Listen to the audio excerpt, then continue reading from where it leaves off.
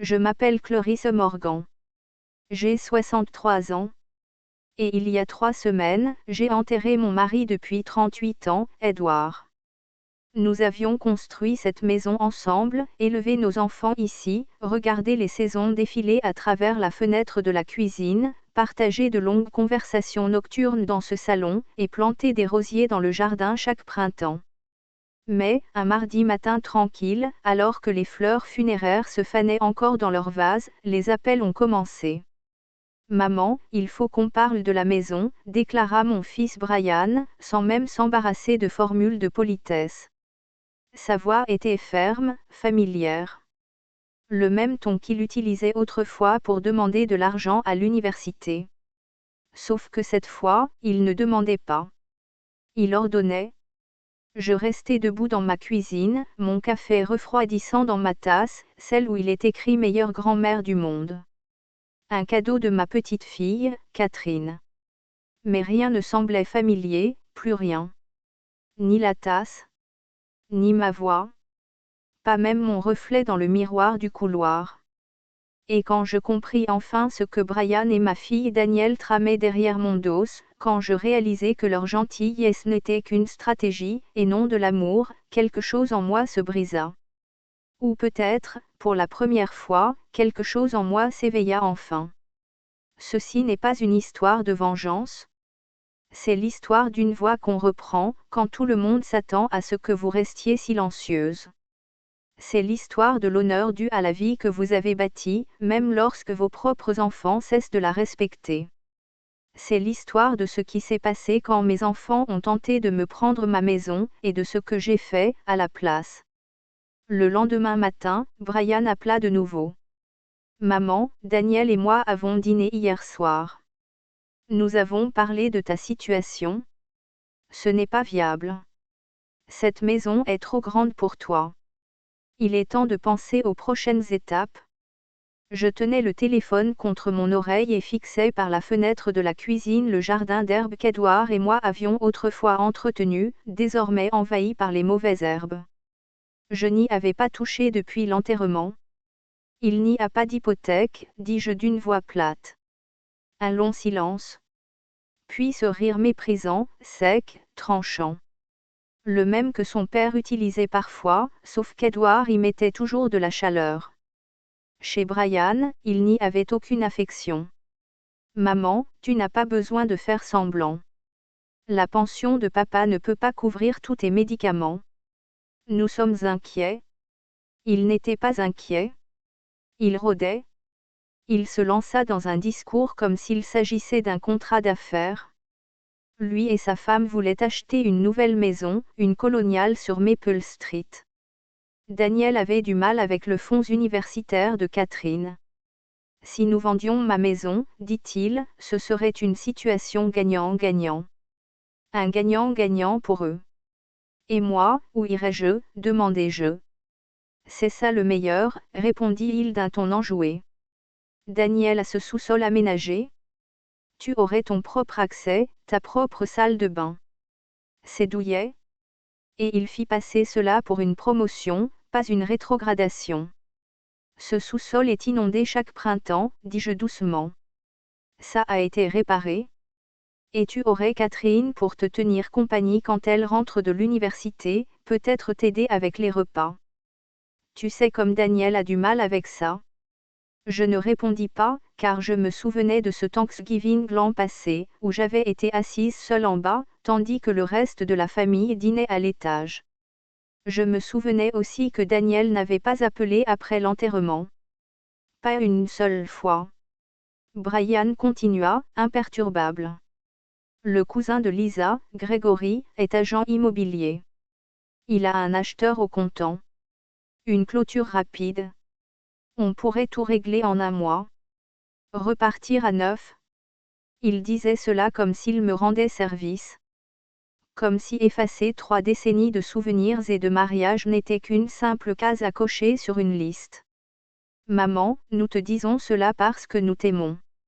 Mais ce qu'il voulait vraiment dire, c'était, nous voulons ta maison, et nous ne demandons pas. Ce soir-là, mon téléphone vibra avec un message de Daniel. Maman, Brian m'a parlé de la maison. Je sais que c'est difficile, mais c'est pour le mieux. Catherine est tellement excitée à l'idée que grand-mère vive plus près. Hâte de parler des détails. Des détails? Comme si mon deuil avait un calendrier de projets. Je fixais l'écran, relisant ces mots encore et encore. Catherine était excitée. La même petite fille qui n'avait pas appelé ni envoyé de message depuis des mois. Celle qui passait autrefois ses étés à faire des cookies dans ma cuisine et à planter des tomates dans le jardin. Désormais muette depuis Noël. Je fis défiler nos derniers messages. 15 décembre, un message groupé remerciant tout le monde pour les cadeaux de Noël.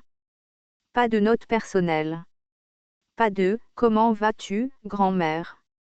Pas de nouvelles après l'enterrement. Si Catherine était excitée, elle ne me l'avait pas dit. Et Daniel? Cette femme qui n'avait pas trouvé le temps de rappeler pendant que j'enterrais mon mari voulait maintenant me faire croire qu'elle me rendait un service, en m'offrant son sous-sol comme un cadeau. Espérant que je cuisine, que j'aide au linge, que je la soutienne dans les tâches ménagères que je faisais quand elle était enfant, mais qui, aujourd'hui, faisaient étrangement partie de sa proposition pour mon avenir. Son message ne parlait pas de soins. Il parlait de commodité. Une solution bien rangée qui cochait la case « bonne fille », tout en me mettant hors de vue, mais assez près pour être utile. Cette nuit-là, je m'assis seule à la table de la cuisine. Pas un seul plat de condoléances n'avait été touché. Pas une seule carte de condoléances rouverte. Et pour la première fois depuis la mort d'Edouard, je prononçais les mots à voix haute. Je ne suis pas un fardeau. Je ne suis pas invisible. Et j'en ai fini de prétendre le contraire. Le lendemain matin, je me rendis dans le bureau d'Edouard. Son parfum flottait encore dans la pièce, quelque chose entre les vieux livres et l'après-rasage. Le soleil traçait de longues bandes lumineuses sur le bureau que nous avions acheté lors d'une vente de succession, quand Brian était encore au lycée. J'ouvris le tiroir du bas. Celui qu'Edouard disait toujours rempli de papiers ennuyeux. À l'intérieur, sous des années de déclaration d'impôts, se trouvait un dossier bleu marine, épais, plus lourd que je ne l'avais imaginé. À l'intérieur, relevés bancaires, synthèse d'investissement, documents juridiques, et puis, dissimulés entre eux, quelque chose d'inattendu. Un acte de propriété. D'une maison. Pas dans l'Ohio, ni dans un État voisin. Mais en Espagne. À Marbella, une ville côtière dont j'avais seulement entendu Edouard parler une fois, en feuilletant un magazine de voyage. Il y avait aussi des photographies. Une villa blanchie à la chaux avec des volets bleus. Une petite terrasse avec vue sur la mer. Un jardin bordé de citronniers. Et, au dos d'une photo, dans l'écriture soignée d'Edouard, un endroit où personne n'a besoin de rien de nous, juste de la paix. 6 mois avant sa crise cardiaque, il avait dû l'acheter. Puis je trouvai une enveloppe cachetée, mon nom inscrit sur le devant dans son écriture appliquée et familière. À l'intérieur, une lettre datée exactement 30 jours après sa disparition. Ma chère Clarisse. Si tu lis ces mots, alors le silence dont j'ai voulu t'épargner est arrivé. Je connais nos enfants. Je les aime, mais je les connais. Et je soupçonne qu'ils sont déjà en train de rôder autour de toi comme des vautours, persuadés de savoir ce qui est le mieux pour toi. Ils se trompent. Tu n'es pas fragile. Tu n'as pas à être géré. Tout ce que nous avons épargné, tout ce que nous avons construit, c'est à toi. Pas pour protéger. Pas pour défendre. Mais pour vivre. Va à la maison. Découvre le monde dont nous avions rêvé. Choisis-toi. Et quand tu t'assoiras sur cette terrasse face à la mer, sache que j'ai toujours cru en ta force. Avec tout mon amour. Edouard. Je la lus 3 fois. Et quand je levai enfin les yeux de la page, je savais exactement ce que je devais faire. 2 jours plus tard, j'étais assise en face de Connie West, l'avocate de succession de longue date d'Edouard. Son bureau sentait le cuir et le papier ancien.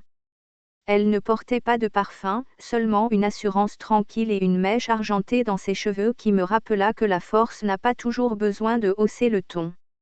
Madame Morgan, dit-elle en dépliant les documents entre nous, votre mari était méticuleux. Il n'a rien laissé au hasard. J'hochai la tête, serrant encore dans mon sac la lettre d'Edouard comme une armure. Il a créé une fiducie révocable à votre nom, poursuivit-elle. Tous les biens, cette maison, les comptes d'investissement, la propriété en Espagne vous appartiennent uniquement. Vos enfants n'ont jamais été désignés comme bénéficiaires. Seule l'assurance vie leur revient. J'expirai lentement. Il avait su. Il avait vu ce que moi je refusais d'admettre. Connie fit glisser une seconde enveloppe de l'autre côté du bureau.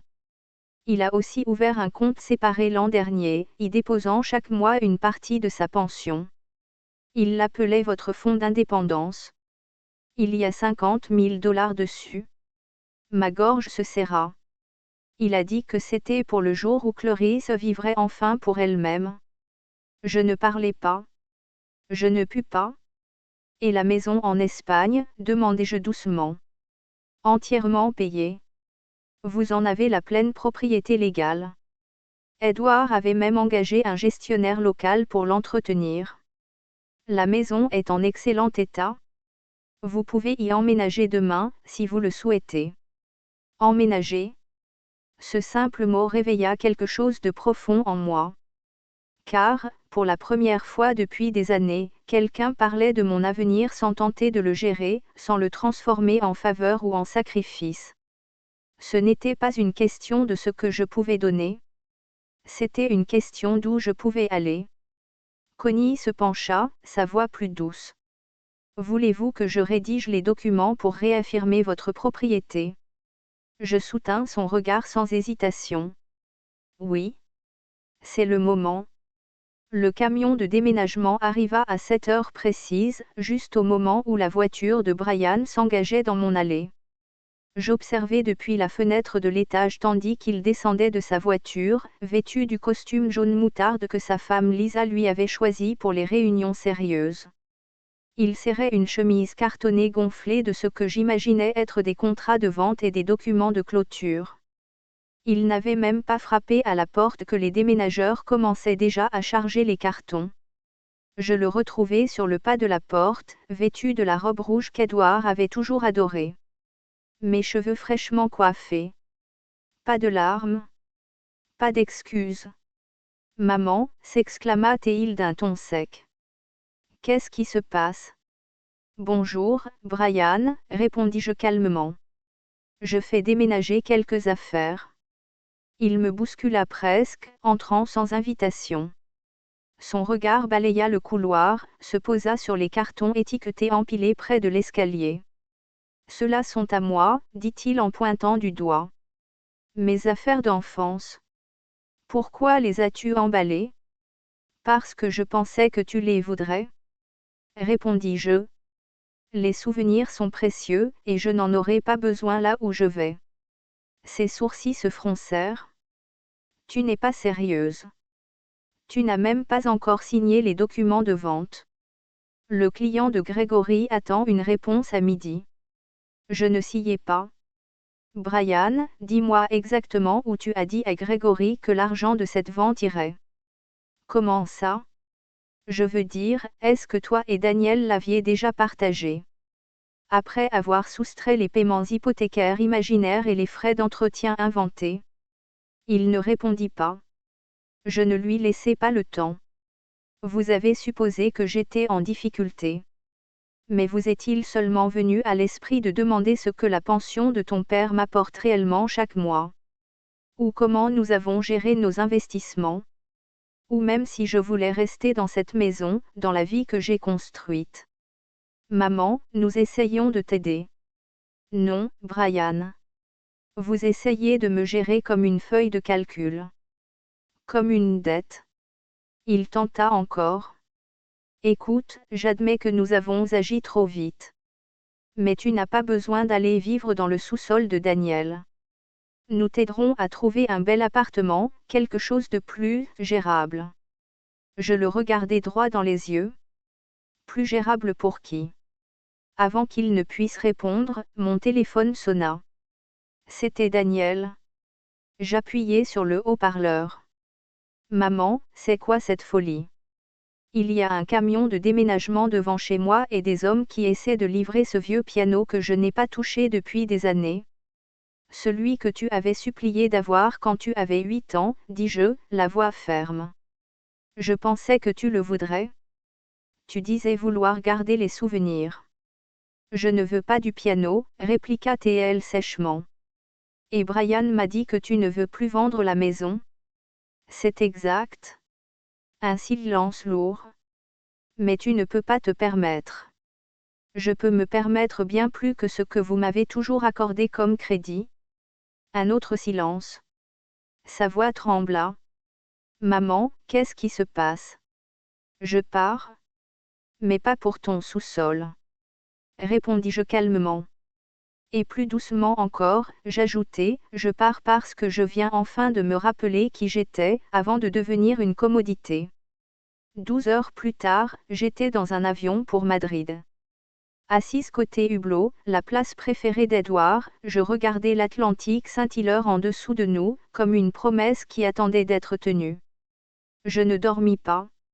Je ne lus pas. Je restai simplement immobile pour la première fois depuis des semaines, laissant le silence m'envelopper comme une seconde peau. À la douane, l'agent me demanda. Motif du voyage. Je souris. Recommencer. Dehors, une femme tenait une pancarte avec mon nom. Pilar Rodriguez, l'intendante qu'Edouard avait engagée des années plus tôt. Elle m'accueillit comme une vieille amie, son étreinte chaleureuse et rassurante. Votre mari, dit-elle, était fier de cette maison. Il disait, ma Clarisse lui donnera vie. En traversant les rues sinueuses de Marbella, je découvris les citronniers, le ciel bleu, la mer au loin. Chaque recoin semblait être un secret qu'Edouard avait gardé juste pour moi. Puis nous arrivâmes. Des murs blanchis à la chaux, des volets bleus, de la bougainvillée grimpant sur la grille d'entrée, une terrasse avec vue sur la Méditerranée qui me fit fléchir les genoux. Pilar me tendit une clé en laiton. Il l'a laissée pour vous. Il disait que cette maison était votre récompense pour une vie bien vécue. À l'intérieur, tout respirait la simplicité et la paix, des sols en tuiles d'argile, des étagères de bois attendant des livres, une cuisine inondée de lumière à travers ses fenêtres cintrées. Ce n'était rien comme la maison que j'avais laissée derrière moi. Et c'était tout ce dont je ne savais pas encore avoir besoin. Pilar me montra le garde-manger qu'elle avait rempli. Du vin, du pain, de l'huile d'olive, du fromage. Reposez-vous maintenant.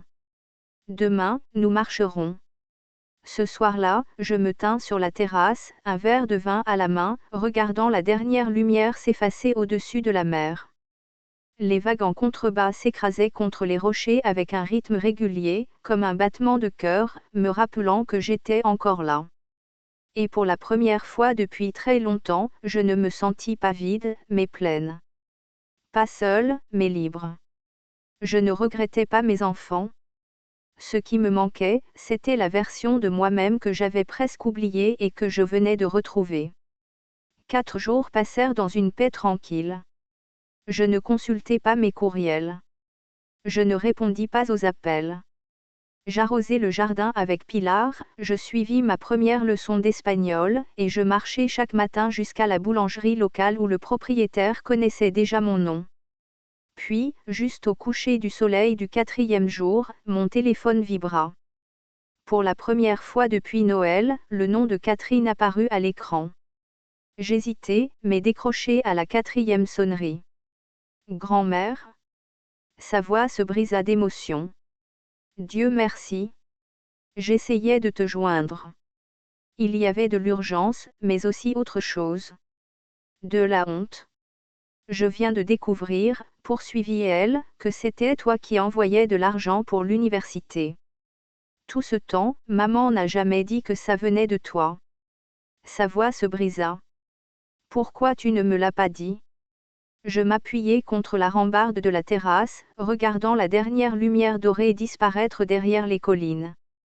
Parce que je n'avais pas besoin de reconnaissance, Catherine. Je voulais juste aider. Mais tu n'aurais pas dû le faire dans le silence, répondit-elle. Je suis tellement désolée. Je les ai laissés me convaincre que tu étais fragile, que je ne devais pas trop appeler, que tu étais en deuil et que l'espace serait mieux. Mais tout ce temps, je ne donnais pas de l'espace. Je t'abandonnais. Les larmes montèrent à mes yeux, mais ma voix resta égale. Tu es là maintenant. C'est ce qui compte. Puis vinrent les mots qui me prirent au dépourvu. Est-ce que je peux venir te voir? Je restai figée. Les vacances de printemps sont dans 3 semaines. Je devais aller à Cancun avec des amis, mais je veux venir en Espagne. Je veux voir la maison que grand-père a choisie pour toi. Je veux te connaître. Vraiment te connaître. Pas la version que maman m'a donnée. Je laissai le silence s'étirer. Puis je murmurai. Oui. Viens.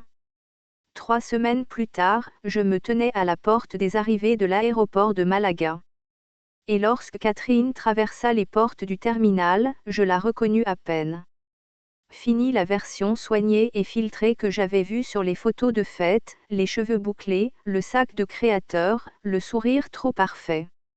Devant moi se tenait une jeune femme en jeans usés et t-shirt blanc, ses cheveux attachés en un chignon désordonné, ses yeux scrutant la foule jusqu'à ce qu'ils se posent sur moi. « Grand-mère » cria-t-elle avant de courir vers moi. Son étreinte n'avait rien de convenu ni de poli. Elle était réelle, forte, comme si elle attendait depuis des années pour la vivre pleinement. « Tu es magnifique » dit-elle en se reculant. « Radieuse. Tu t'es coupé les cheveux? » Juste une petite taille, répondis-je avec un sourire. Pilar a insisté. Pendant le trajet vers Marbella, elle colla son visage contre la vitre comme une enfant, pointant chaque village blanchi à la chaux, chaque oliveraie, chaque éclat de mer entre les collines. C'est ici que grand-père voulait amener. Je hochai la tête. Il a acheté la maison en secret. Il disait que c'était pour le moment où plus personne n'aurait besoin de nous. Quand nous arrivâmes dans l'allée, elle resta immobile. La bougainvillée, les citronniers, la mer derrière la terrasse. Elle regarda tout, puis se tourna vers moi. Il savait, n'est-ce pas, dit-elle doucement. Il savait que tu aurais besoin de cet endroit. Ce soir-là, nous nous assîmes sur la terrasse, dégustant le plat que Pilar avait préparé pour l'accueillir. L'air était doux, les vagues en contrebas régulières. Raconte-moi ta vie ici, dit-elle. Je veux tout savoir. Et pour la première fois depuis des années, quelqu'un ne me demandait pas ce que je pouvais donner. On me demandait qui j'étais. Et cette fois, on voulait vraiment entendre la réponse. Le lendemain matin, nous parcourûmes le village ensemble, achetant du pain frais, apprenant des prénoms, riant de mon espagnol hésitant. Catherine me parla de mes écrits, et je lui dis la vérité, j'avais commencé des mémoires.